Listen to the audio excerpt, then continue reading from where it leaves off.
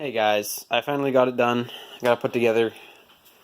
So this is my bike, and I put on the 50cc engine. So I was gonna record the installation process, but it would have been way too long. Would have been just boring to watch for a lot of people.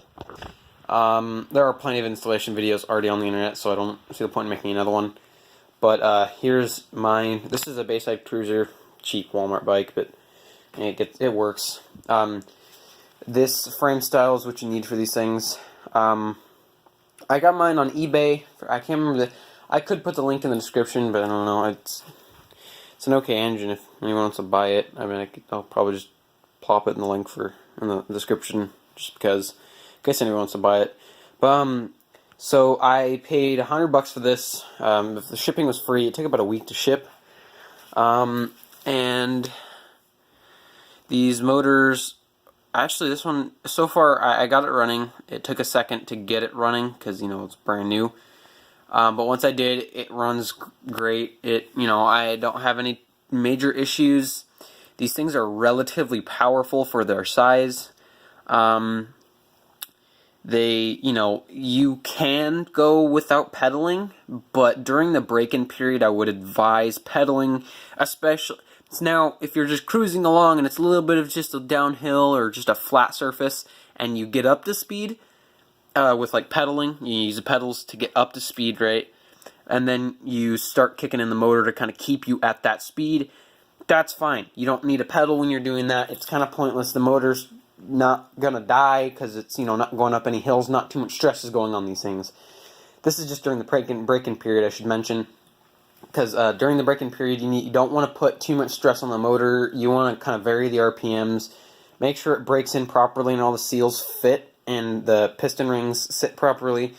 Because if you don't break it in properly, you might have issues in the future, and it's worth the time of not full throttling it and stuff. Another thing, a couple small tips. So when installing, you do not want to over-tighten these bolts. You don't need too many tools to install this. This is a pretty basic and self-explanatory installation, especially if you're already experienced in the automotive or mechanical field. If you're already experienced, this should be easy. This is not terribly difficult. It's more time-consuming than anything. It's a matter of, did you get everything tightened up? Did you get all the wires put together correctly? There isn't too much wiring, but just making sure everything's put together, wired up, all that stuff. But once you do, it's great. But the tip is, don't over-tighten things. These engines are cheap. They're Chinese. They will does not take much to rip out a stud, and that would be not good. You'd end up blowing $100 for nothing. There's nothing you can do at that point. I don't even think a warranty would cover that. So just be careful when tightening things. It's not that difficult. Just make sure that it's snug, but not too tight. Another tip is, another few things for just getting your bike going and running, breaking in, I guess. Even for just constant use. The Sprocket things that come with these kits, these are just bolt-on.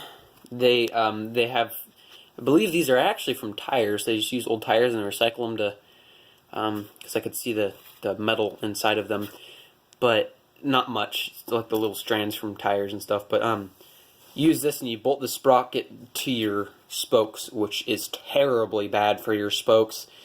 It's how they do it. They can get by with it. It works, but it's not good for your rear wheel. Because 6 horsepower pulling on these, not good, especially from the fact they're not rated. These bikes are not meant for these engines. So you have to take very good precautions as to taking care of it and making sure you're not stressing it too much. It's very easy to cause damage to a bicycle from using one of these engines improperly on it. An advice to anybody who wants to go really fast and just totally rip up not rip up, just go fast, try to, I don't know, what would you call that? Just, if you're really wanting to thrash on it, get a CNC hub. They're not that expensive. They're $40, which is, up there, but not too bad for their upsides. This does not have any, you cannot position it, so as you can see, you cannot position it from the left to the right. This is fixed in this position that it's in. So you kind of have to adjust the engine to seat properly with this. With the CNC hubs, the CNC sprockets that bolt onto the actual axle, for one, it's taking the stress off the spokes, so it won't damage the spokes. I mean, it still possibly could, but not as much as these could, because these are bolted directly to the spokes. If you do that, if you get one of those CNC hubs, you have the lateral adjustment right here, so you can adjust it. If it's too far this way, you can adjust it a little bit that way, or that way, either way. And it won't cause as much damage to your spokes as these do. So as a tip for anybody who's going to leave with this method of your bike, leave with if you're just going to keep this on your bike, this bolt-on sprocket with the grommets, you want to make sure that you're not going to just gun it. That's really bad for them. That sudden shock from the motor can pop a spoke quicker than you can even hear it. You're going to end up with a broken rear wheel. You might be stuck in a situation where you're going to have to push it home. Because when you snap a spoke, usually when it snaps one, it'll snap multiple. So one spoke, you probably could make it home. But if you snap multiple, you're screwed. You're going to have to get a new rear wheel. And if you're doing it at a high speed and you're not careful, you could possibly cause damage to it as well. So, and possibly get hurt. Another thing is brakes. You for sure want to have brakes. It is very easy to underestimate how fast. How about this? It's very hard to realize how much braking power you need to actually stop. You think because it's a bicycle you can stop real quick. That's not exactly the case. You have to really get those brakes up tight. I would advise getting disc brakes. You can only get them in the front though if you're leaving it with this. If you get a jack shaft kit, you can put them in the back, but jack shaft kits are like $160. Not really worth it. I mean, I might get one, but I need to start work first. But yeah, and then stick to the fuel ratio. It may sound weird, 16:1 for break-in period, but you want to have it like that. I use full synthetic, better for the motor. I am also using non-ethanol based fuel, so it does not have any ethanol in it, which is a lot better for the carburetor. Prevents things from sitting and getting all gross. You know, I've been working with this engine for a while now. I've been riding it consistently, and it has barely gone through a tank of gas. Not even halfway through a tank of gas. This thing takes like so little gas to get going. Yeah, but that's that's what it is. This motor is pretty cool. I'll have to do a couple videos of it running and actually driving around with it. I can only show what I have done right now. Yeah, they're fun. You can get up to speeds of 35. I keep up with traffic sometimes. They are definitely fun, but at the same time, during the break-in period, you want to do some pedaling. You do not want to put all the strain on the motor. So, like when you start it up and you get it warmed up and you start riding, don't just use the motor, especially going up hills. Now, if it's a flat plane, yes, you can just use a motor. It'll keep you at speed, and it's not too much stress on the motor. But if you're going to go up a little incline or a hill or anything that's a little bit steeper, just do a tiny bit of pedaling. You don't need to put all of the strain on you. You want to, it's kind of an even balance. You want to balance between partial motor working, partially your legs working, so that it's easier on the motor. You're going to have a better braking period. Your engine's going to run better in the end. It's just worth it.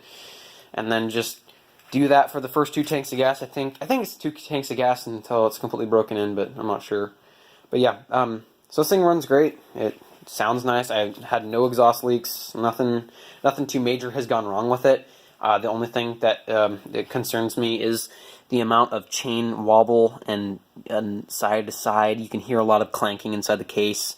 It could be from just being so cheap, but it's not going to kill you.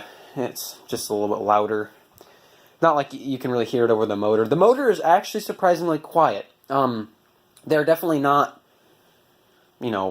as quiet as they're around a little bit quieter than a lawnmower, I would guess, at lower RPM. So if you're just moving along nice and slow, it's not terrible.